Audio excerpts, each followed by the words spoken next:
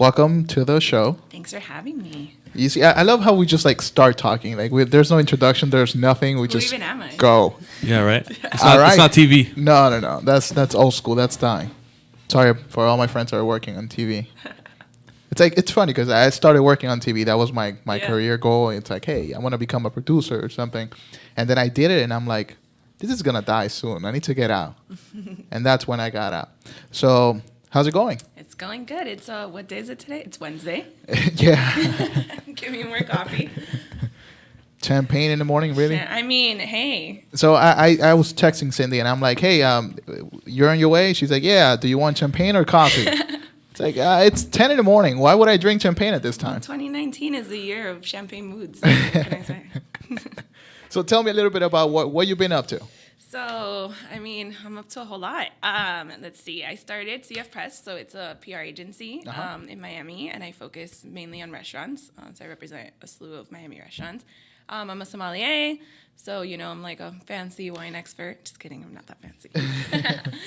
And currently, I'm working on the food projects for Carnival Miami. Mm-hmm. So that's Olive Gallocho, Carnival on the Mile. It's for charity, so I'm putting together all the restaurants and that kind of activation. So it's a lot of fun, a lot of work. Cool. How do you get started in the food industry? It's like, what is this? Like, you wake up one day and you're like, you know what? I'm going to become a food expert. No.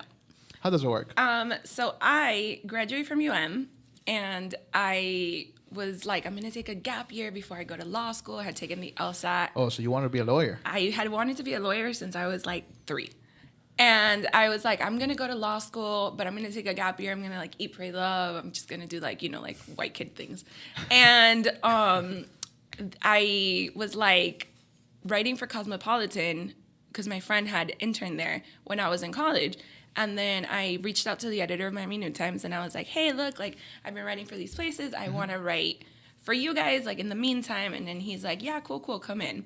And then he's like, what do you want to do? I was like, I want to do food because I just love food. And when I was in college, my friends were always like, oh, where do we eat? Like, what do we do? So I'm working on my second piece ever for them, and it's Best Milkshakes in Miami. So Boca's House had just opened, and my friend... which, if people don't know, Boca's House is like the start of the big, huge milkshake trend in Miami. And my friend DMs me the picture of the milkshake. She's like, girl, you have to put this on this list. And I was like, yes. So I like slide into their DMs. I'm like, hey, I'm like this local writer. Can I please come in and take a picture of your milkshake for my story? And the owner calls me, and he's like, yeah, come in.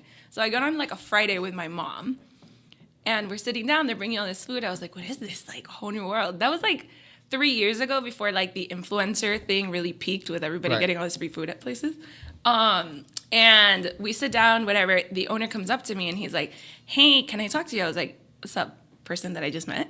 He's like, I need someone that brings in people like you here, that brings in like journalists to write about us, to talk about these milkshakes, about this great food. And I was like, wow, it's amazing. You should hire someone. And he's like, no, I want you to do it.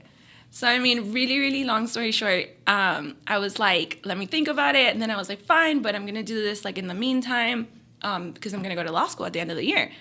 And he's like, yeah, that's totally fine. I was like, but I work for myself. I don't work for you guys. I'm kind of like a contractor.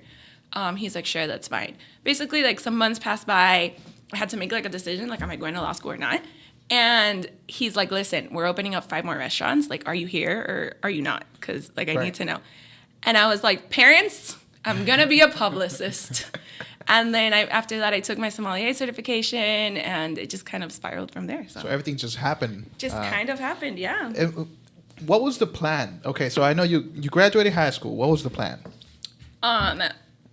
Was it always law school and that was it? It was always law school, yeah. It was like, go to college, do the college thing. Why? Why law school? I've just always liked it. I love politics. I just always wanted to, be a lawyer. The money's good. Right. And Cubans, they just want to raise like doctors and lawyers. So my parents are Cuban. I'm Cuban. I was born in Cuba. And, that was just kind of always the plan. But, God had other ones. And how were your parents when you told them like, hey, forget about law school? So the thing is that it wasn't like such a straightforward conversation. Like I didn't come home one day and I just said it.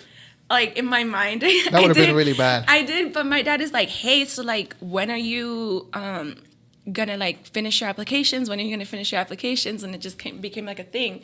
And one day I was like, listen, I'm just not gonna do that after like a lot of hounding. And he was like, okay. And my dad's a little more understanding than my mom. And she was like, what do you mean? Are you crazy? Like, you took the LSAT. I had taken the LSAT twice. Like, I wish I would have known before, so I would have not put myself through that misery. It's like a lot.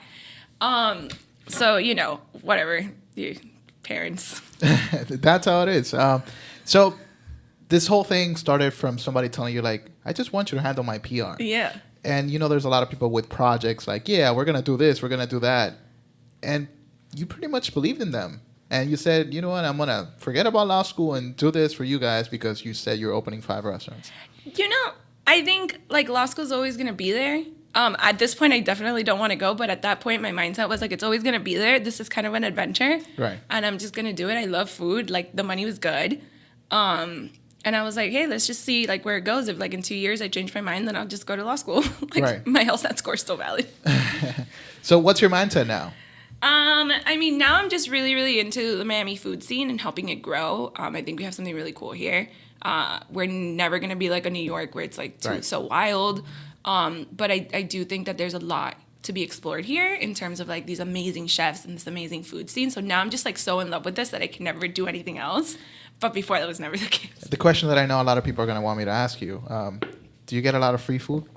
I do get free food. I give away a lot more free food than I get, but you know, my restaurants treat me really well. So I come in and they're like, do you want to eat? And I just eat all this stuff. But it's hard, man, because like, you know, we're not trying to be like... Alex, we should get into PR for restaurants. No, be an Instagram influencer. That's all the rage now. You know what I'm thinking? You know those people that come to the restaurant to make sure the food is not poisonous or whatever? Right. That it's not... They have to get free food. Right. No, those are the bad guys. Don't be like that. No, nobody wants that. So you know that I tried out Boca's because of you. I saw you posted something on Instagram, and I told my wife, I'm like, hey, we should go try it. And we went, and it was really good. We went to the location in Kendall on 88. Yeah, you went to Boca's Grill. Yeah, and it was really, really good. No, Boca's is amazing. They're a really, really amazing concept. The way that they've been able to grow it. The CEO of Boca's, Levin, is like amazing.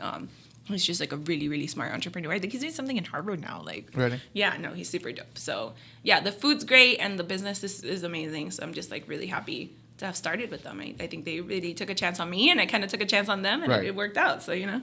And what are you working now with the whole carnival thing, Carnival on the Mile? Tell me a little bit about that. Carnival Miami has been something that I've been going to since I was little. I mean, it's like such a Miami institution. Last year, I had some of my restaurant clients participate in Cork and Fork, which is, like I said, the signature event for Carnival on the Mile.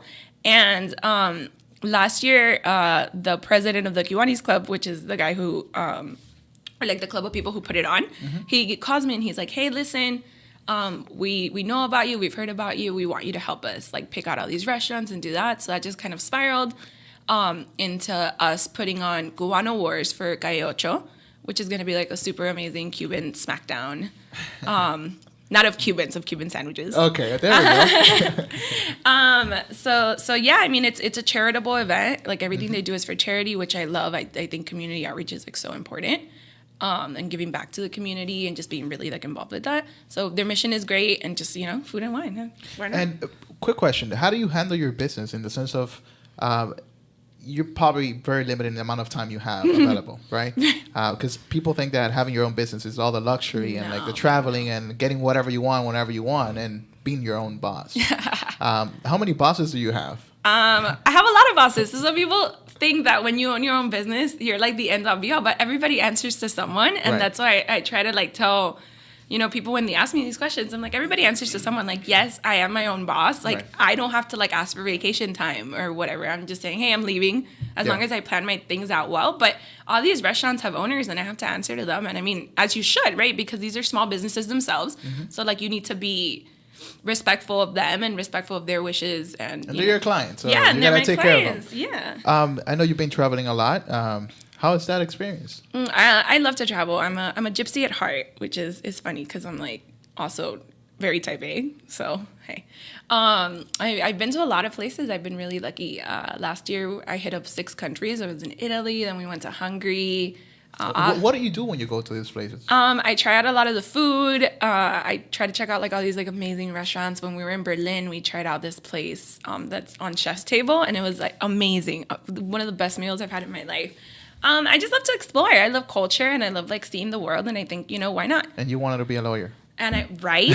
Can you believe? It makes no sense at all. My best friend lived in Rome. Well, she just moved to San Francisco, but she lived in Rome, and she's like, let's go to Budapest, and then we went to Budapest, and whatever, And that's awesome.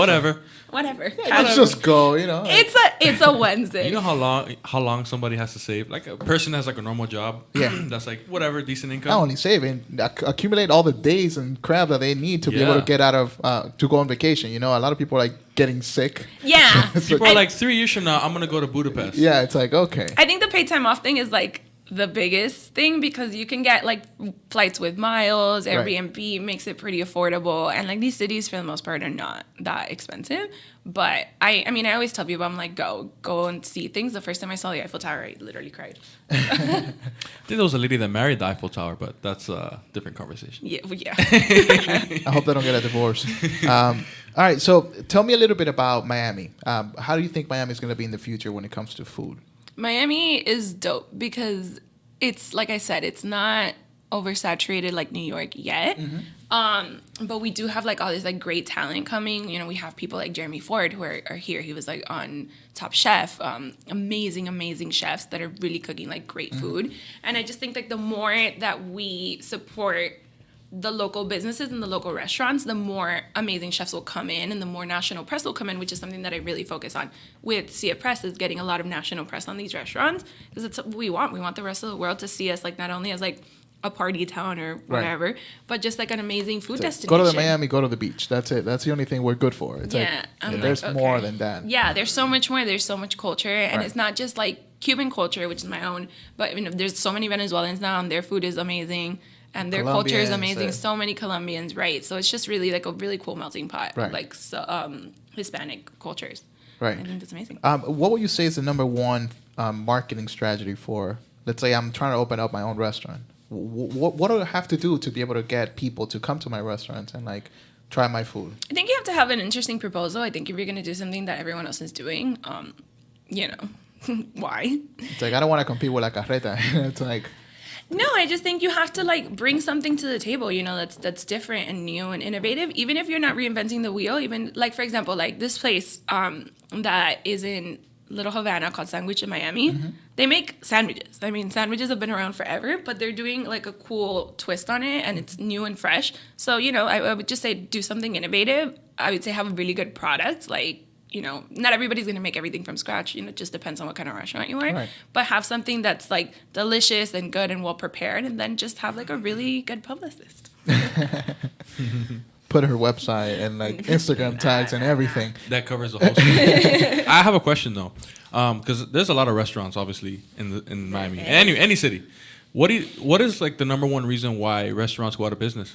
Oof. I don't think there's one number one reason. I think... Top three. It's poor management.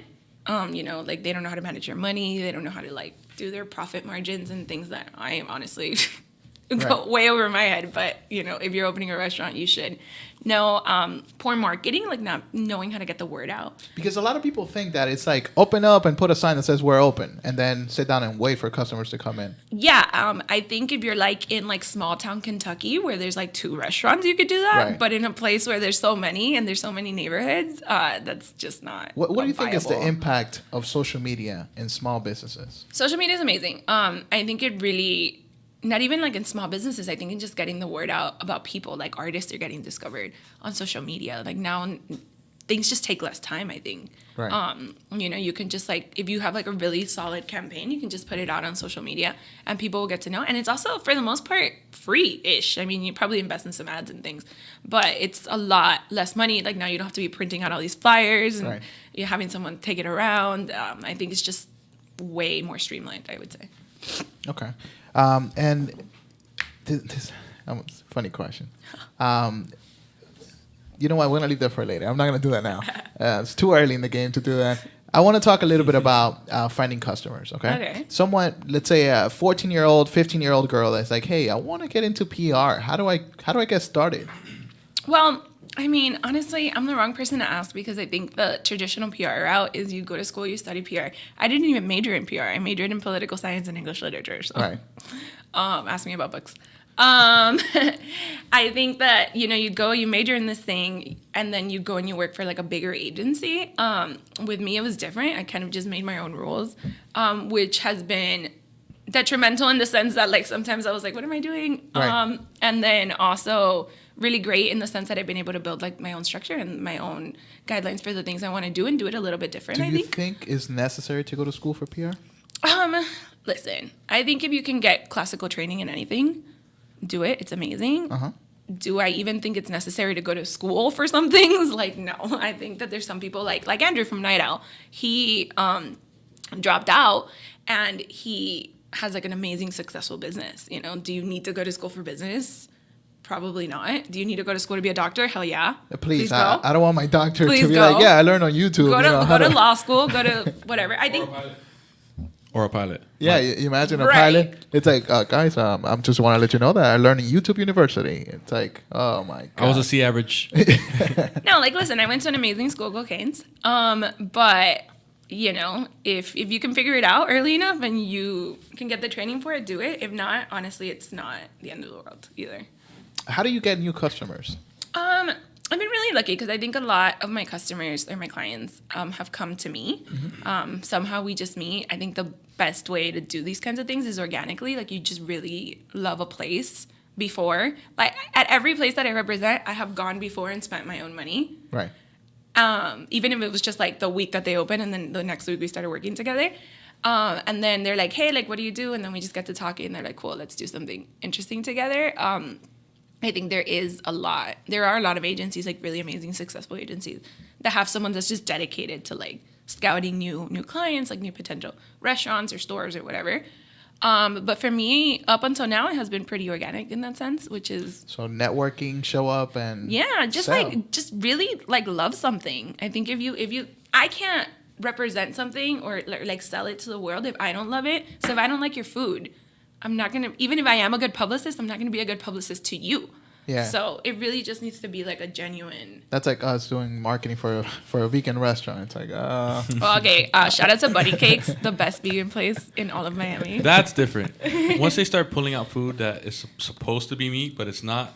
then it's like, okay. Then it's You like, know, you have to give it a try. We're gonna go somewhere that's like really good. All right, vegan so food. let's do this. Let's for the vlog because I have a video blog too that I'm starting, and I'm just like going around Miami doing random things. Yeah. Let's do that. I love random things. Let's try out a vegan restaurant. You're gonna take us to a vegan restaurant. Yeah. And we're gonna see if we like it. Yeah, no, let's do it. Let's do it. I think the vegan, so I'm not vegan myself, but I think veganism is really cool in like their mission and the reason why people become vegan. And I think it's come such a long way. Like it's not just like this boring food that tastes strange anymore. I think Right. they have some delicious, delicious things.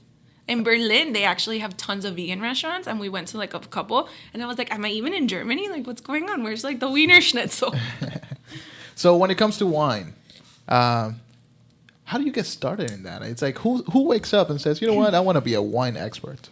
One day I woke up and I said, I want to go to Prague. And then I did. So I think my life has just been a series of waking up and being like, I kind of like this. Let's go do it. I've always liked wine, and I've always been like a little bit of a wine snob. But I think if you're going to be a snob in something, you should be like probably certified. Right. So then, people take you seriously. Right. So I For sure.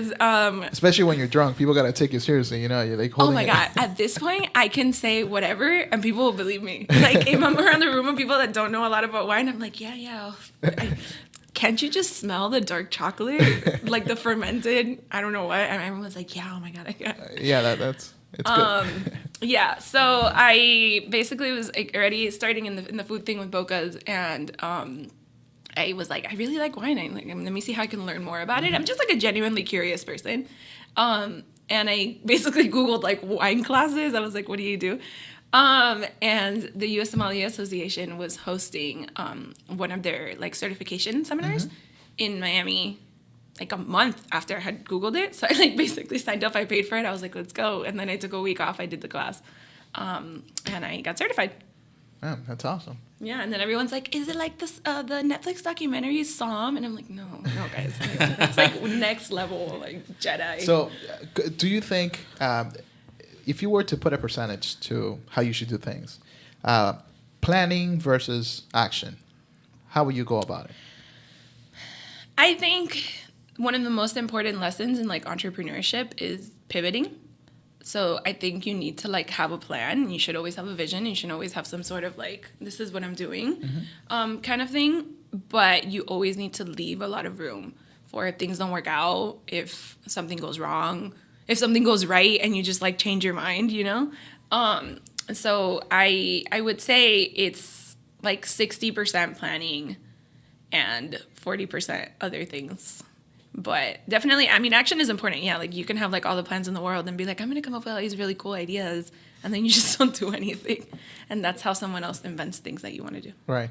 I love hearing my parents or like my grandparents or uncles, whatever, saying like, I thought about that. It's like, yeah, but you didn't do anything about it, you know? So it happens to a lot of people that they think about things, and then they just get stuck in that, you know, phase of think, and the details and this and that. And then somebody else goes and does it. It's really easy to get overwhelmed by like the minutia and like this, all these things that I have to do. But that's why like young people make such good entrepreneurs, because we're a little bit like blissfully unaware. We're like, let's just go. Like, you know, it's like not afraid of anything. Yeah. Like when I started out, I was like, literally, what do I have to lose? There's zero overhead costs in this business because I don't even have an office. Like I'm like a traveling nomad. My office is all my restaurants that I represent. So I just kind of like sit up. I'm like, yo, what's your Wi-Fi? Give me some coffee. That's all you need: a computer, Wi-Fi, and a phone. Yeah. I mean, I have staff. But we meet at these restaurants or like at my house. So it wasn't like I was putting forth like $200,000 and then I'm like, well, and even if like we're so young, I mean, we feel old, but we're so young. We've done a lot. That's the reason why we feel old. We feel we're so young that even if we do invest a lot of money in a business, we can like recuperate. It's not, I don't even have like a dog that I have to like care for. That is shocking. You seem like a dog person. I am a dog person. I hate cats. I'm not gonna say anything, but just that. Not a cat person either. Yeah. What's up with cats, man? Why do people don't like cats? I think it's because they're not as social, and they're independent. I know. We're probably gonna get some messages about people saying like, "Oh, it's not that. It's this. It's whatever." I think I'm allergic, but I also think I say that I'm allergic because I just don't like them. That's a good excuse. I'm like, oh, I can't. Your cat gives me hives. Sorry. I got attacked by a cat when I was a kid once. So that's why you don't like them? No, I mean, I'm cool with them. I just prefer a dog. Like, literally, if you're trying to date me, get rid of your cat or get rid of me. Because, like, it's both cannot coexist. I don't. Wow. Deal breaker. For sure. So, how do you manage your time? Okay, that's a broad question. My days are all really different. Like today, I was all morning in meetings, and then I'm gonna do that later as well. I'll probably sit down at some point and do emails. I wish I had like more of like a set routine, but just things change so much. Like some days I'm like full with events, so I just have to be physically at these events. I think I try to get sleep. That's important, and I try to like have some semblance of like a social life too. Like make sure you like hang out with my friends and do that kind of stuff. But yeah, like there really is like no set structure. Like on a day like today, that doesn't exist. That doesn't exist. Yeah, like people are like, I'm like, what are you telling me? Like you should have an hour every morning to answer emails. I'm like, yeah, but if I have a shoot at 6 a.m. like at NBC, like what? Yeah, there's no time for that. What's the one thing you hate the most about having your own business? I think that it could be a little bit lonely, especially me. Like I don't go to an office or whatever, so I think like sometimes I'm just like I haven't like seen people in like 3 days, because like some days I'm just like at home all day like planning stuff, so it could be a little bit isolating, and I think I love and I hate that it could be like so consuming. Yeah. Because then I'm like, it's like 3 a.m. and I'm like, but I have this idea and I have to do it now. And it's like, go to sleep, girl. Yeah. So I think it's about finding some sort of balance. Right. And what's the one thing you love about running a business? I think just like the creative freedom. For sure. I think that I kind of get to decide like this is what we want to do, and like I'm not bound by like some agency's telling me like, oh, like this is exactly what you have to do, and this is like the exact strategy we have to like execute for this client. I can kind of just like create as I go. Not as I go, obviously I plan. But I'm saying Don't like worry, I can. we're all making it up. It's okay. I can just like I can create That's what like, we do. like my own thing. I think like the ability to be like, next week I'm going to like London. Bye. Right. Is also amazing. Like the flexibility is really really dope. Because and another thing that I wanted to mention a little bit is that the way that the world is moving, it's gonna get us to that point that the whole traditional agency mentality, it's gonna disappear. Yeah. Just because I think a restaurant would rather have a person dedicated, a smaller agency, a person that owns this agency, to handle their business, just because they're gonna get more attention. Yeah. When you work with a big agency, sometimes you don't get any attention. And it's like, yeah, sure, we'll deal with them. Big agencies, I mean, there's some amazing big agencies in Miami, and I think they've really paved the way for everything that's happening in PR. And they just have really amazing, talented, creative people working for them. I mean, I think that works for some restaurants. I think the smaller route works for others. I don't think it's like one thing is bad and one thing is good. I think I'm doing one particular segment of that. You're doing the future. That's the future of work, if you think about it. Yeah, I would like to think so. I mean, I just think like the concept of like... Go to an office, 9 to 5. People are always like, do you have an office? And I'm like, no. And they're like, what do you mean? And I'm like, what do you mean? What do I mean? Like, why would I pay for an office that I'm going to be at, like, like 2 hours of like the week? Right. Yeah, it makes no sense. Yeah. You're doing the future, okay? And that's where a lot of people that are working in PR, traditional marketing and all of that, they have to be a little careful with millennials, just because we're changing how things are being done. Changing everything. I think like really the concept now is not even like starting new businesses. It's just like disrupting old ones. That's what we do, That's so true. That's why a lot of agencies are like, a kid with a computer, come on, we can do a lot more damage than you think. I mean, yeah. Look at that. I'd say so. You just took over a big account that an agency would love to have. Oh, yeah. I've been asked about it before. Quick question. Do you get maybe a weird vibe when you tell people your age? Like, do they think that, hey, she doesn't know anything, she's 24, so 25? So it's funny because when people meet me, they think I'm a lot older. Because, like, just, I guess, the things I've done, the way I talk and whatever. They think I'm, like, so much older.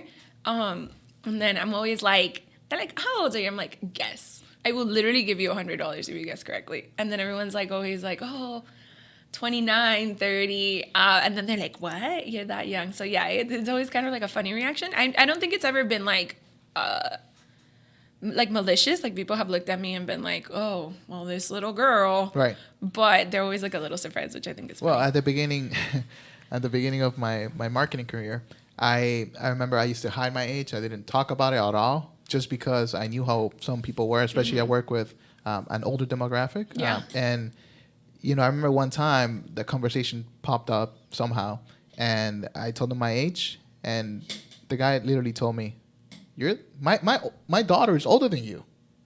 She can. You're doing this. Like, she could have done that. Just because they think that you're young, it's like you don't know anything. Mind you, I started this when I was 21. So at that time, it's like, you're 21. Like, shouldn't you be in college drinking? Yeah, I was 22. I had just graduated. So it's like, you get that vibe of like, hey, you're a young kid. You don't know what you're doing. You're just faking it.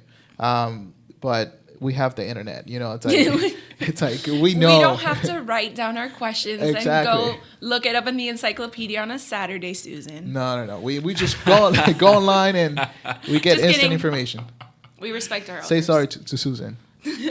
We do when it comes, but when it comes to business, it's a little different. It's like, that's the thing, though. Step aside. Right. It's like, let older people handle business. Like, listen, I think there's a lot to be learned from other people, and I think that one day we'll be the people that people learn something from. Right. But I think like just as any person of any age, you have to like be open to like what's like the next thing that's happening, and Always. I think just like being open-minded about that helps older generations and our generations as well. My most successful customers, they have younger people kind of running the business, just because they know that young people have a different mentality. They're working with the times, and then some other people that I've met, it's like, an older doctor, an older lawyer, and they're like, no, we need leadership in the top, and they need to be experienced and all of this. And then you have a 40-year-old handling social media for, it's like, it just makes no sense. You know what world is experiencing that right now? The wine world? Yeah. Because vineyards are like just traditionally very stuffy, right. like winemakers kind of thing. And then all of a sudden you're seeing like these vineyards and like these wine houses have social media. Right. The social media presence, and they're doing like these events, and you're like, what? Because wine has always been like a thing for older white guys, you know. It's like, you do this because I'm rich and this is what I do, you know. And it's like, have you seen my wine cellar? A 22-year-old can do the same thing, you know. Yeah, well, no. What's happening is that now, you know, the like sons and grandkids of these like winemakers are like inheriting these businesses, and they're like, okay, well, like let's get with the times, you know. So as like younger people take over, just cooler things happen. How do you reach out to a newspaper to do a story about your customer? Well, at this point, I have a lot of connections. I work with like a lot of editors for a while and writers that do stories, producers, things like that. So I kind of just like send, you know, the traditional press release. But how do you start like meeting all these people? Like, how was the beginning of it? Yeah, I'm gonna tell you a story. So Kiko, he's one of the producers for like Telemundo and BC. When I started out, I was like, I have to get my clients on like his show, Kiko con Kiko, you know, a la carta and all these things that he produces. But I didn't know him, and I didn't know anybody that knew him. So I was like, I got his email, and I was like, hey, like I'm so and so, and I represent. I mean, I was really lucky because I had a really cool client that people just wanted to cover anyway. And I emailed him like a ton of times. I like DM'd him a ton of times. I was like, one day this man will pay attention to me, and now we're buds, and we like text all the time. So what you're telling me is that with cold emails, cold meaning that you had no idea who this guy was, you got his email, and you're like, you need to cover my client. I mean, cold but thoughtful. Not like no. Hey, I mean, cold like you had no idea who the person was. Yeah. He didn't know you. So you literally just reach out and you said, hey, I want something. Yeah, I was like, hey, no, don't ever approach anything with like an I want something. Approach things with like a you need this mentality. Value. Like like add value to like everything you do, really. Like I was like, I have this client who's really amazing and has these beautiful milkshakes and this beautiful product. Like this would be amazing for your show. Right. And I'm the girl who's gonna like help you put it on. And like, you know, we're gonna help each other. It's gonna be like mutual. And you know, eventually people are like, yeah, whatever. Either they get like annoyed of me, like over me annoying them, or they're like, yeah, this is great. So when somebody doesn't answer the first 2 times, what do you do? It just depends on how much I want it or like how much I need it. So what do you do? I mean, if I really want it, I will. I mean, I think like over emailing someone is really annoying because I get a lot of emails in a day and I'm like, please stop talking to me. Right. Not like that, but you know what I mean? Like, I'm like, dude, come on. But I think you have to like be creative. So sometimes I'm like, I know someone who knows this person. I'm like, hey, please, can you put us in contact? Or because what happens is that people are afraid, like terrified of like reaching out too much. Like I get it, don't be annoying, be a stalker, annoying. Don't be over it. But like don't stop. You know, like when you want something, sometimes you just gotta go. Yeah, for it. You just go and you just do it. You and keep like, going, being consistent. You know, the first route is always probably like emailing someone because it's easy to find emails, and then after, like if they have some sort of like professional page, it's okay to like DM them. I think. And then if not, it'd be like I know someone that you know can like hook up this connection. So right. You know, just get it done. Whatever it takes. Quick question: what do you think about the way that we're raising kids now, where it's like they're stuck to a cell phone? That's the worst. And, yeah. Tell me, what do you think about it? My little cousin was like, we're leaving, like, you know, when you tell kids like go to the bathroom, whatever, so and you're not like making a stop in the middle of the road. And then he literally like took his phone and he's like, I have to finish my game.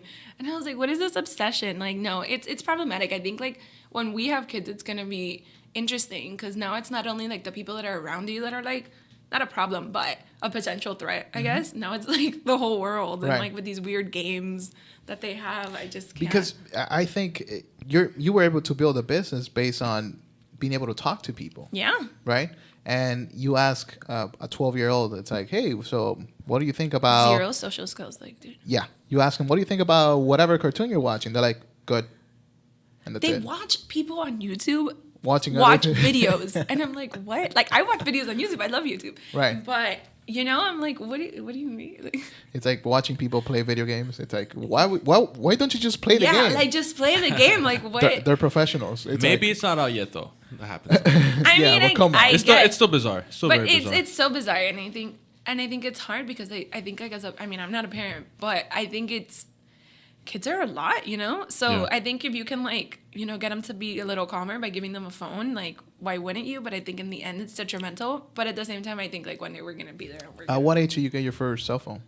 I was, like, some point in middle school. But it was, like, one of those, like, flip phone things, you know? So basically all it did was you call someone. Maybe you could text them at that point. I don't think that was even, like, a thing. Yeah. That was, like, when text messages were limited to, like, a certain amount. Like, can you imagine if that happened now? Yeah. How old were you when you got that phone? I don't know. How old was I in middle school? Like 12, 13? Maybe like 13? Yeah, I was the same age. I had the Razor. I was the coolest kid for like a week. I had this flip phone and I lost it like within like 2 weeks of having it. So my parents got me like, you remember those like Nokia brick phone things? Yeah. They're like, this is your punishment. And then I got a BlackBerry at some point, and then, you know, we went iPhone and never went back. At what age are you going to give your kids a cell phone? I have no idea. Because the thing is that now it's like more so for like safety reasons that you give kids a cell phone, right? So like they can communicate with you, they can call you and be like, this is where I'm at, or like whatever. Right. So I think like now kids are getting it younger. I don't know, man. I'm just thinking about my next trip. I'm going to Mexico if anybody has any recommendations. Oh man, are you going to Mexico City? So my friend who lives in Brooklyn, she's an editor for a publication in New York. It's her birthday, and she's like, I'm going to Mexico, and I've been wanting to go to Mexico for a really long time, but I haven't been able to get like a group of people to do it. And she's like, do you want to go? And I'm just like, it's not hard to convince me to go someplace. I'm like, yes. So I think we're going to go to Mexico City. We're thinking of San Miguel de Allende, which was voted like best city or something. Yeah. Just love Mexican culture. Love tequila. Love mezcal. Love their food. I think they're dope. I went to the pyramids in Mexico. Oh, yeah? It's pretty cool. We went to Chichen Itza? We went, I don't remember the name, but we went all the way to the top. And let me just tell you, there were this two Japanese ladies. It was Rebecca and I and my dad, I think. My mom and my brother, they stay in the bottom. They couldn't do it. But these two Japanese ladies, they were 86, 85, something like that. And we're going up the pyramid, and they look at us, and we're like, oh my God. because there's also like the altitude problem where it's like you're losing breath. Like when I went to Colombia, same thing. It happened to me. I have a Colombia story. So this lady, they both looked at us and started cracking up. They're like, how old are you? I'm like, 24. She's like, look at me, I'm 85. How old are you?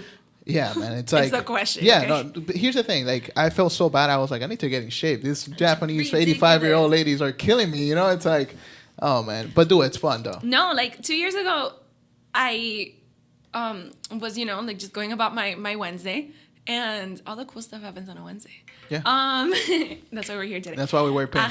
Yeah, right. On Wednesdays we wear pink, except I wear black like literally every day. So my friend texts me. He's a journalist, and he's like, "Hey, listen, I have to go on this trip to Bogota tomorrow with Heineken, because you guys know, like, you guys follow like football, like soccer. Yeah. Yeah. So the UEFA World Cup, like their tour, the trophy does a tour around the world. I don't know why. And Heineken's the sponsor. So he's like, I have to go with Heineken tomorrow to Bogota. And I don't know, I just said Bogota, like a gringa, Bogota.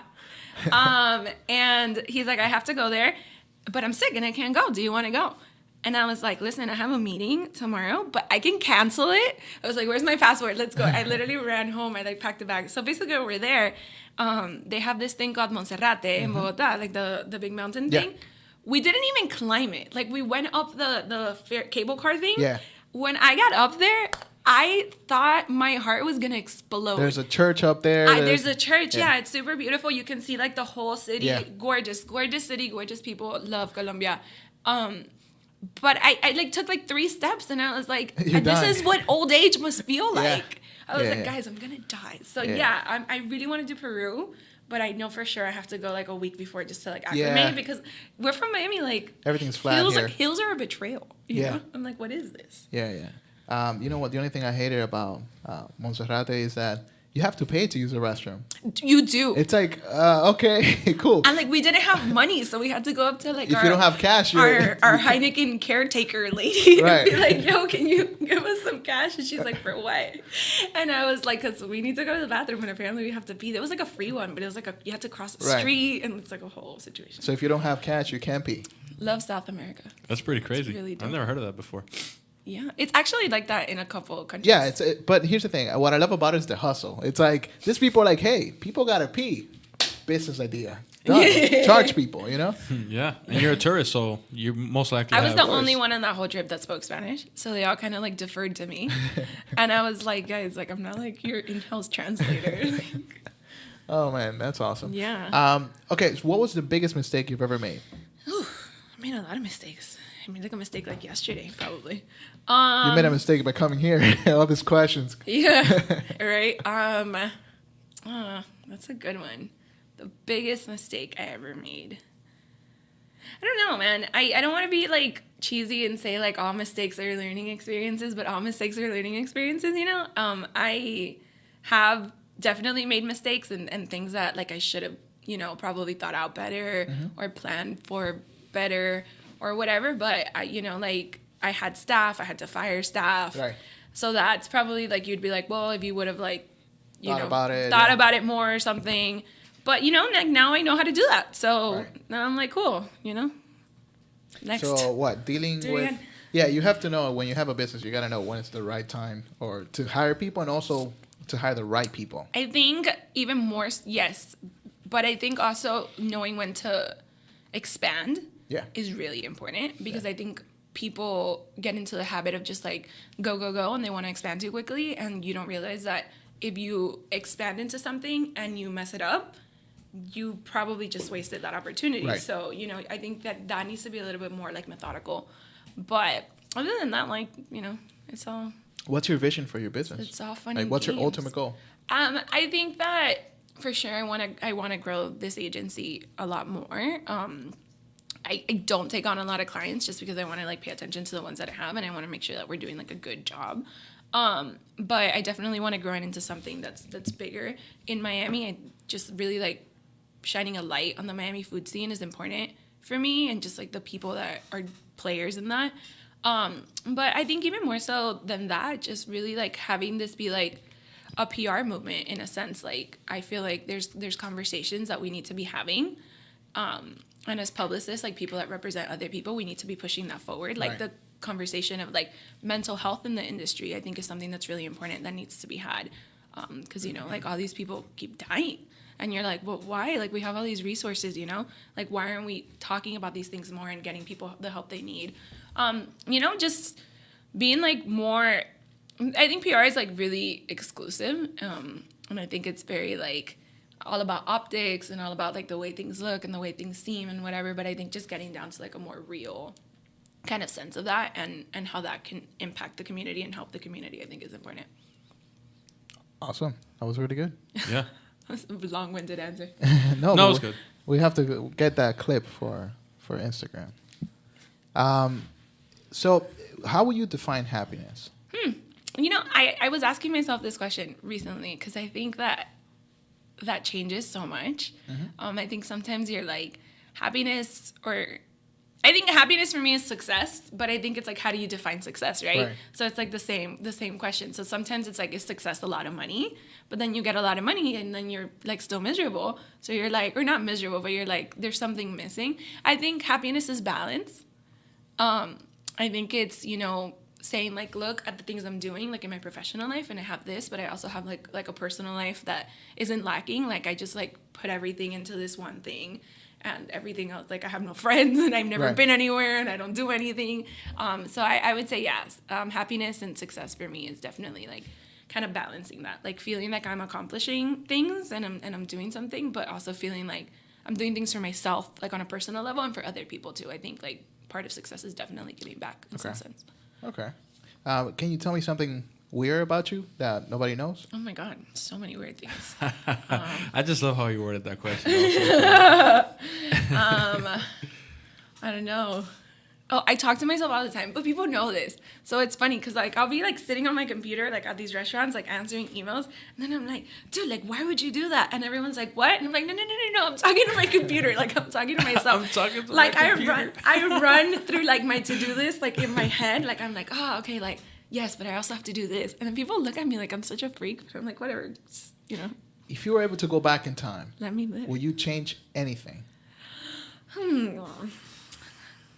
You know, I always think of it like if I go back in time and I change something, then you change now, right? And like now is pretty cool, so like I'm chill about that. But no, not really. honestly. I probably would have started like exploring at a younger age. Like I made my parents throw me like this quinceañera party, and I would have been like, no, cancel. We're going to like Europe. We're going to Asia. Like let's go somewhere cool.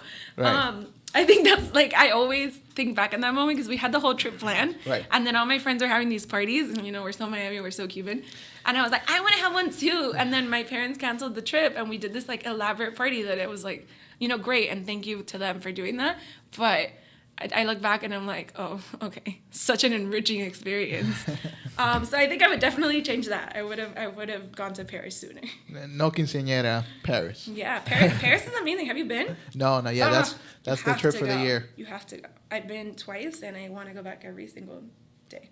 You know what happens to me is that I'm a homebody. Like I when I travel 2 days, 3 days, it's like, okay, I want to go back home and lay down in my bed. Like that's I realized my max is 2 weeks. Like after 2 weeks, I'm like, oh my God, 5 days, and I'm like, oh. Okay. I think your biggest problem is that every time you travel, you're always working.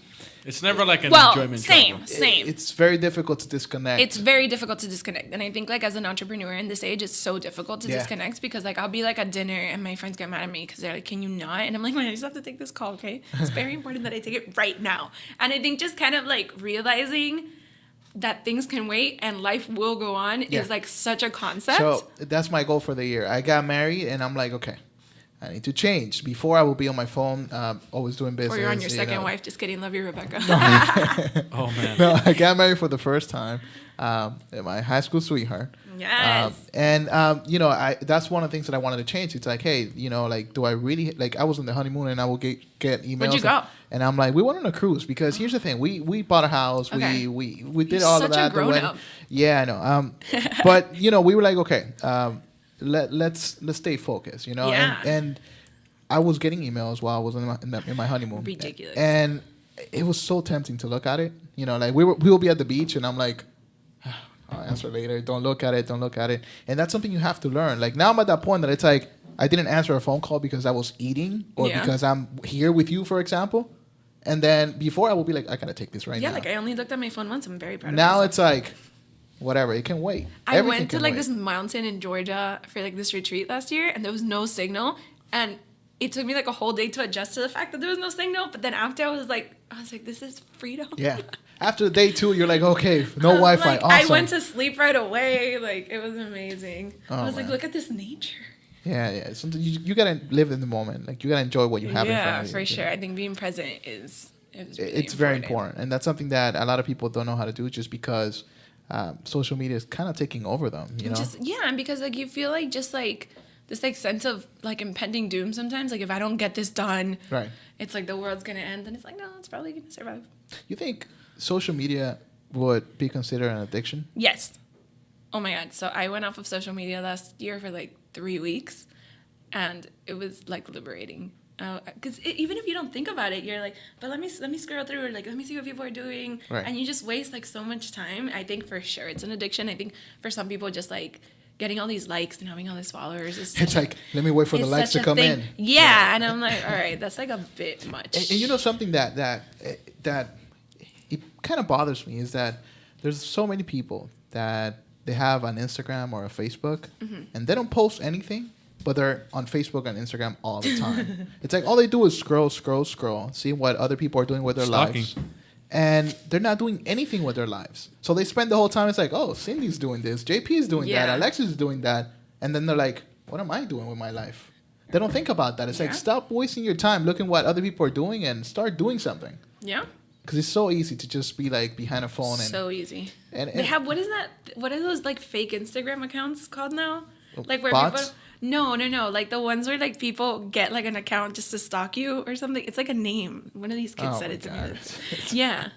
And you just like get it and you look at other people so they don't see that you're like the one looking at. It's too much, man. I can't. It's again, like this one time I killed a cactus. That's like a little lack of commitment I have to stuff sometimes. Imagine like having to like make 3 Instagrams to get out. I say instead of being on social media, go and do something. Like for example, our job revolves around social media. Like we use it as a tool to make money, and it makes sense for us to be on social media, even though we kind of limit that a little bit. But there's people that have nothing to do with social media. They're like in the medicine field or sales or whatever, and all they do is be on social media. Yeah.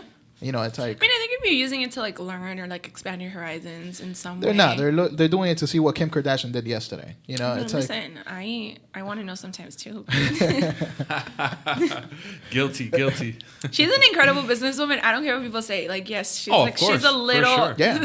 a little splotchy there, but Of course, but you have to learn from people like Yeah. that. But most people just consume. Yeah. And it's a matter of changing your mentality from a consumer to a producer. yeah. You know, if you can make money off of something, then it makes sense for For you to sure. do that. But like, you know, me talking crap about wine is not gonna get me anywhere. But for you, it works. Yeah. You know, if me talking crap about social media, it makes sense because that's what I do. Yeah, like some of these accounts, man, like they talk about the randomest things, but they get all these sponsorships and all Right. these things. So you're like, damn. Yeah, exactly. And You there's go, people. There's people for everything. You know, like.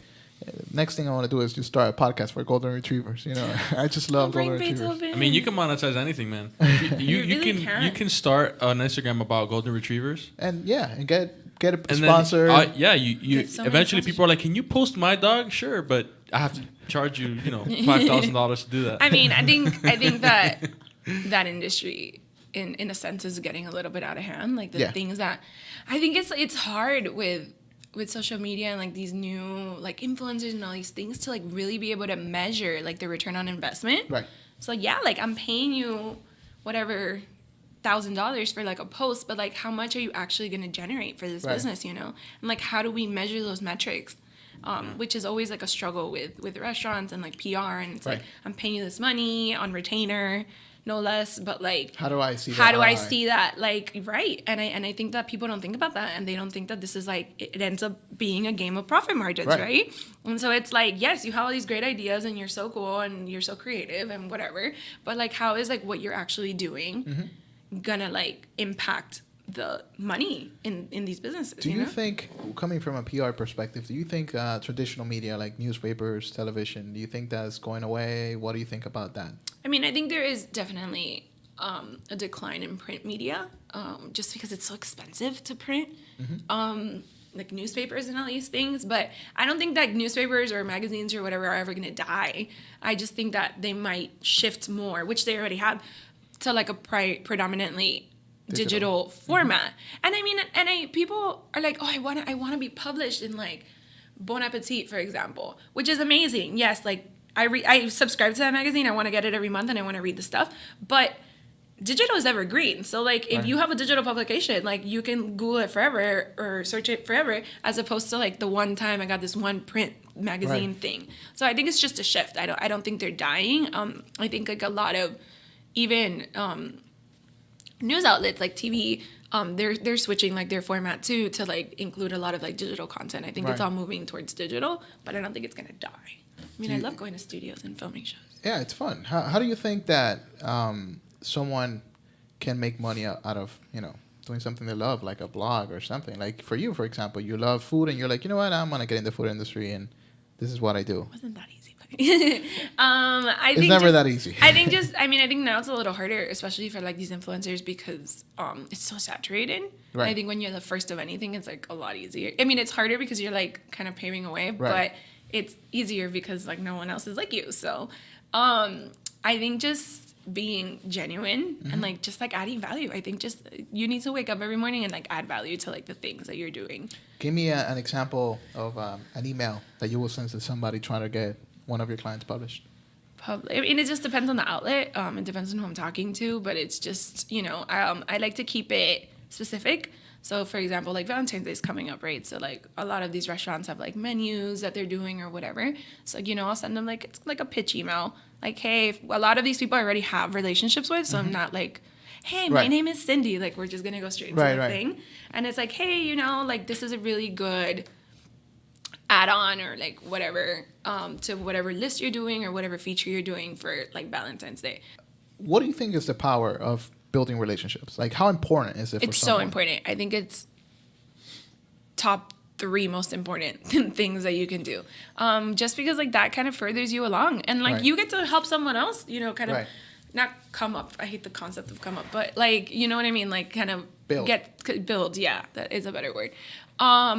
But yeah, I think it's so important to like establish relationships and have these like genuine relationships too. I think what happens sometimes is that we approach everything like in a very like, and this is a business, so it's like very cold or whatever. But it's nice to just like It's get like, to know these nice people. to meet you. My name is. It's like Here's what I can do for you, and here's Right. what you can do for me. Okay, cool. Right. Like, transactional, dope. Right. But I think just like kind of going like a step further and like being thoughtful and also goes being a you. long way. Being Yeah. because a lot of people try to fake it, and it's like it doesn't feel genuine. Yeah. Like I've had people come in and it's like, sir. It's like, don't call me sir. Like, come on. Like, this is not like we're millennials. We're not like old people. Like, it's just a different vibe. Yeah, like I think just like right, like I think people try to put on like this persona, and Right. it's like this is the thing that I need to be, and this is like what people want to see from me, and I think like being aware of that stuff is really important. Right. Like kind of being aware of the person that people want to perceive you as, because like there is some advantage in that, Of and course. I think that's intelligent, but I think that also gets like so boring, you know? It's like I woke up this morning and I was like, I have all these meetings, but I have this like interview, like we're like this podcast that we're doing, and I was like, I should wear heels because like, I'm like You gotta super look, yeah, yeah. professional. I have to look a certain way. I'm like, look, I'm gonna wear my Vans because my feet hurt, so let's go. And that's you it, know? because what And that's matters it, is like, what who you have, the cares? value you bring. And also, these are Van Gogh Vans, man. Like, this is art. No, but it's just everything is changing, and a lot of people are stuck in that old mentality of like you have to look a certain way, you have to do things differently. Like for example, for you being a woman, it doesn't make it harder for you to do business. I would say so, because I think like when you're like a woman, people are like, and what is she wearing? Like they care a lot more about Right. these like exterior things, which I'm aware of, and like I play into because like Because you're smart. That's what you right, do. because you just need to like be understanding of what's around you. Right. Like, I hate when people are like these like fourth wave feminism things where it's like, and you just have to be yourself all the time. And I'm like, right, but like chill with the patriarchy stuff. Like, It's like, don't wear deodorant, just be yourself. It's yeah, like, I'm no, like, please no, do. like please do, because we live in a world where we're like in a communal Of space. course, of like, course. don't be Of weird. course, but I know it can be a little bit more challenging, especially when it comes to negotiating. Yeah. Oh, yeah, for sure. How's that? People look at me and they just like think they're like, and I think like that's when like the age thing and the gender thing comes into play. Like, oh, this girl, like, I'm gonna try to like hustle her. Right. And like what I always tell people is know your value, like that really cheesy saying, like know your value and then charge double kind of thing. Yeah. Cliche, but like also kind of true. Right. Like know your worth, because the thing is that everybody's trying to like make money. Mm-hmm. So I'm paying you for a service, and it's not like I can underpay you, but I can get like some sort of discount. Right. Like, hey, why not? So people are always gonna try to like come at that angle. So you Right. need to be like, no, this is what it is. And honestly, just being like, if this isn't for me, it's just not for me. Exactly. Like, don't come from like that kind of like scarcity mentality where it's like, I need to get this, and I Right. need to do whatever I need to do to get this. You know what I learned? That the customers that paid the least amount of money are the ones that give you the most work. In Oh, the sense my of God. like they just Yes. don't stop complaining. They don't are the stop. absolute pickiest. Yes. I've taken pay cuts before, honestly, and I wouldn't do it again. Yeah. Because it's like, why? But you have to do it at a certain point in your business Yes. because you're starting out. Like I had to do it as well. No, but yeah. it gets to the point that you're like, okay, I don't want to deal with that anymore. So this is the price. If you like it, you get it. If yeah, you don't, you and in don't. 10 years, I'll charge more because, I'll have that way more experience. bring more value. Right, exactly. But at the same time, it's like, don't let someone try to pay you pennies for something that you Right. know is worth. Now, if you're starting, So like for much example, more. I did an internship for a whole year for free. And Free internships are like, the best thing. some like, yeah, but they're also kind of a scam. So Like, it depends. Sometimes. Here's the thing. You have to be smart about it because if you're working for a random company that started yesterday, then yeah, it's definitely they're going to be using you for free labor. I'm completely against that. But I did an internship with the biggest production company in Miami. Yeah. And the value that I got from that internship, True. I don't think you can put money signs to it. Yeah. At all. I think just like being like a curious person that wants to learn is important, and like always like teaching like yourself or like surrounding yourself with people who can Right. teach you things is so important, and it's very undervalued. It's not that hard to like get knowledge these days. Right. So I'm like, come on, man. Yeah, but then you get some people that it's like, so what do? Nothing. So you want an internship. Like, for example, sometimes we host the whole intern thing here with people from UM, from FIU. And I've gotten people with marketing degrees, like about to graduate with a bachelor's degree, and they don't know anything. It's like, how are schools putting people out there that it's like, yeah, I graduated from this school or whatever, but then they have nothing. Because they it's like a bring no numbers game, value. It's like you need to get this GPA and you need to like put in these amount of hours and do these things, but it's like, you know, you have to have some sort of like chispa, right? You know, to like be in the real world, which like a school can teach that, I guess. For some people, it's innate, but you know, so it's like some degree, yeah, like that's not pushed. What do you think about the education system? Listen, I went to a great school and I loved it and had so much fun. And I don't use my degree, so I think it's what you make of it, to be honest. I think if you need to go and like learn all these things and you do it, and that's great. I think if you go and you just like party the whole time, then you did that. I especially like in college, it's definitely what you make of it. And here's the thing, that if you're lazy with a degree or without a degree, it's gonna be the same. Right. Thing. It's like True. A degree is a tool. People think that it's a guarantee to like getting something. No, how many and it's like, graduates are without jobs these days? Out of 100 people that graduate, probably 2 are gonna be working in that industry. Yeah. Everybody else is just doing something else. You know. Yeah. What do you think about the school system? Like I'm talking about middle school, high school. K-12. Yeah, are they really preparing kids for the future, or are they just? I think teachers are underpaid. I think it's really hard to like prepare these kids to like the degree that parents and like society wants them to be prepared to when we have like zero budget for teachers. Right. And that's a whole other rant for a whole other day. No, and also parents want teachers to raise their kids. Exactly. That's not the way I that think it the works. level of involvement, and like I talk about this with my parents who were like super involved all the time, from parents these days is like ridiculously low. Mm-hmm. It's like, you know, I think like, yes, you want to build a successful business or you want to have like a successful career because like that's good for your kids to see or like whatever. But I think if you're not going to pay attention to them, then just like, why even, you know? And then it's like, oh, my kids are out doing drugs. Yeah, like, why didn't you know that? You know? Because if I was doing that in high school, my parents would have like caught me. Right. Or something. Like, they would have known something was up. Yeah. You know, and they would have asked questions and eventually, like, got into the root of it. And it's like, oh, but, like, the administrators didn't catch it. Okay, cool. But, like, these are people with, like, jobs. Their jobs are to teach and not to raise them. Like, it's just becoming more difficult. Do you think that millennials are entitled? Yes. Yes. I think that millennials come from, like, not come from, but have this kind of very, like, quick fixed mentality kind of thing. So, and I think that is like a sense of entitlement, like, yeah, it'll just work out, or like, yes, because I'm just like super young and smart or whatever. I think there is like a level of entitlement to millennials. I think there's also a level of like hustle to millennials that we hadn't, not that we hadn't seen in previous generations, but that wasn't like really necessary because it was like a set thing. Like you grow up and you do this and then you go here and you work here. You know, it was like more of a structure where now there isn't. So like there's more of like a grind kind of aspect. But yeah, I think there's like a lot of entitlement in millennials. Like these kids that you talk, I went back to our middle school for career day, and some of these kids, I'm like, what are you saying? I remember I did a speech in a school, and all the kids, all they wanted to do was be a gamer, a professional gamer, or a YouTuber. I asked them, I was like, what do you? Because they asked me to come back because they're like, they don't know what a publicist is. Like this is cool, and I honestly didn't know what a publicist was until like probably became one. Just kidding. It's okay. We're all making it up. No. I mean, I knew about PR in college, but I'm saying like just the actual like publicist kind of person. But so I go back and I'm like, what do you guys want to be? And this guy's like, I want to be a YouTuber. And I'm like, listen, my friend, you understand that those people don't make money like for the most part. And if they do, it takes like years. Like that's what I'm saying. Like that kind of like, I'm just going to do it and it's going to be fine. Like, okay, cool, my guy. And that's the thing that worries me a little bit about the future. That because millennials were in a it's a weird stage for us because we're like analog and a little bit of digital at the same time. Yeah, like I remember dial-up internet, but now I can't. Like I scream if it takes longer than like half a second to send an email. Exactly, but we understand a little bit of the past and now the whole technology thing. But I'm worried about my kids. Like the day that I have kids, how is it gonna be?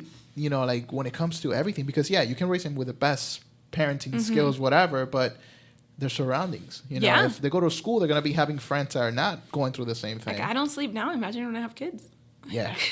It's scary. No, the older I get, the more I understand my parents. Like, you know, like when parents are overbearing and you're like, can you just not? But it's like. And we're probably going to be worse if we want our kids to be and like good. These like things with like school shootings and all these things. It's like, what?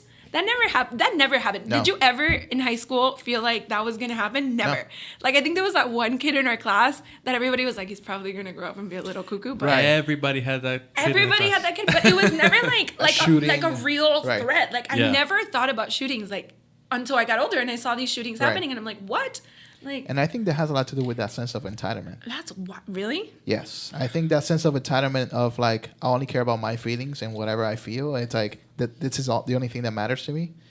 Just because a lot of these kids, I know parents are not being on top of them and making sure that they're going the right route, but also having the right conversations. You know, it's like when you're a parent, I think you gotta, especially with millennials and the generations after, you have to change your perspective from being a parent to being more of a friend, even though you still have to be a parent. But I'm saying, I feel like I want to be able to talk to my kids about everything.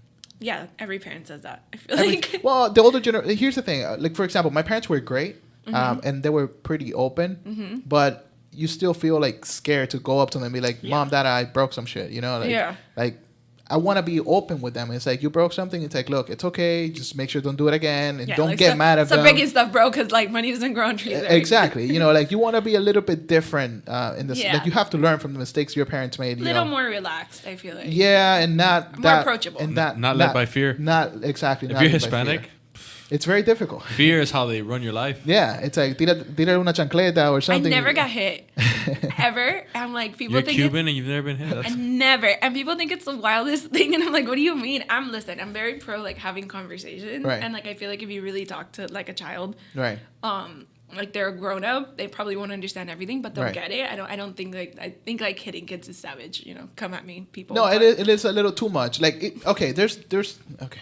I don't even want to get into the subject, but this is about business. But still, it's a way that we're raising people to be successful. It's like I'm not talking about like don't hit at your kids just to hit them. Like that's not a way to like come on, make them think. You know that doesn't work. But it's like. Yeah. Here you can't even look at your kid the wrong way because they'll arrest you and take them away from you. Also, like it's a hypersensitive society. Where it's like, I've heard stories in the family of a 9-year-old telling that he's gonna call the cops on the mom or dad because they took their Nintendo away. It's like really like.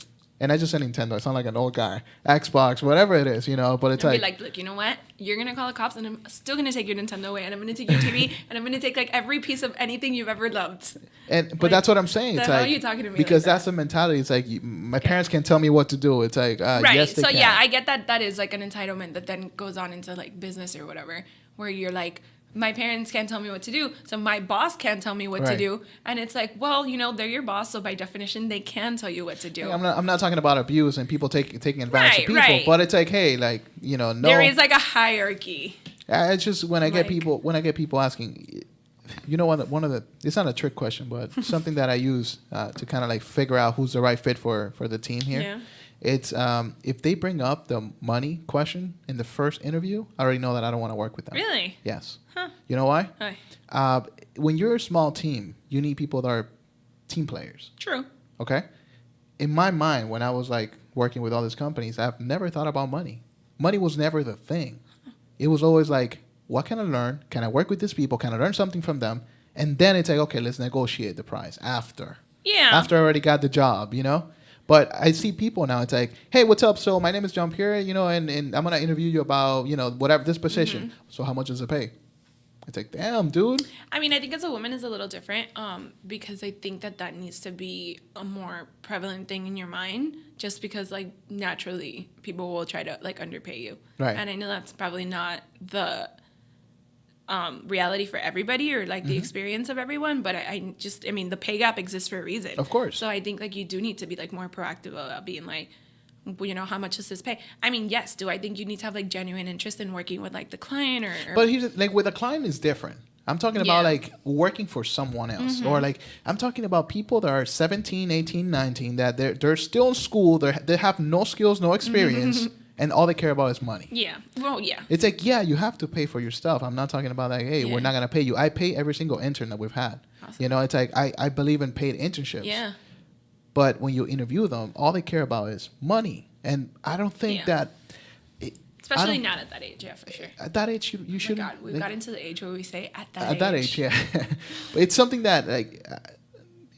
I know it's a tricky subject, but it's something that if you're going to... You have no skills and you're going to be learning from someone. Yeah.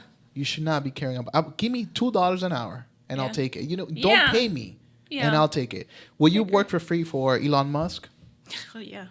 I'll be like, Alex, I'm sorry, I'm closing all the businesses. I'm going to go. Bye. I'd work for free for like a lot of these like people. If you give me the chance to learn from someone like that, I'm gonna take it. It's not about money. Yeah. It's about like value. Like It's about the value because I learned from some of the best filmmakers in Miami, Gil Green, Joel Obisi, all these people that are shooting every single music video, every single commercial, everything.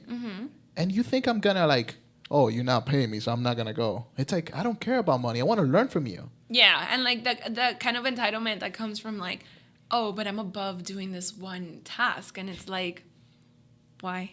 Yeah. You haven't done anything. Like, who are you? Yeah. But yeah, like, who am I? Who are any of us really? Like, I think like, yeah, you do have to go in with like a team player mentality. Once you get to a certain level that you have experience, that you're bringing value, then yes, ask for money. I mean, for I think sure. you need to believe in the value you bring at any stage, whether you're like an intern or just whatever. Like maybe you're just really good at getting coffee, but you know what I mean. Like, But again, anybody can do that. But yeah, at the same time, you just need to be like realistic about kind of what it is that you're bringing and what you're getting in return. Like it needs to be reciprocal for sure. Right. Yeah, and that's the thing. Like you get paid based on value. I don't think that whole like when I get into another tricky subject, it's like, oh, $20 an hour to do a job that anybody can do. It's like you got to be realistic. It's about value. I think that's a little. Yeah, I think that's a little more complex in the sense that like the price of living has gone up. Right. You know, so it's not like necessarily that. Yeah, like now someone that does X job is getting paid like an exorbitant amount of money, but it's just also like it's just more expensive to like exist. But it's valuable. Okay, it's like, do you think a customer is gonna pay you? You tell them, hey, you know what? I know this job is like probably like $100, right? You're gonna be like, no, you need to pay me $1,000. They're gonna be like, well, so what are you gonna give me that it's worth for me as a business to give you $1,000? Yeah, like your 90% markup. Please tell me what it exactly. brings me. Like, what do I get? Yeah. You know, and that's the problem. That it's like, I get it, like the price of living has gone up and all of that, but also value. People want money for things that anybody can do, for things that require no skills, for things that a computer is going to replace you in a couple of months, probably. It's already happening. You know, so like, for example, the first time I saw the automated system in McDonald's, like where you don't have to see a person, we just like go. That? You go into like the little what's it called? The little screens. It's like a kiosk. Yeah, it's a kiosk. I've seen it at Panera. All right, so yeah, Panera, right? You've seen that. The first time I saw that in a McDonald's wasn't here, wasn't Dominican Republic. Oh damn. That's where they test everything.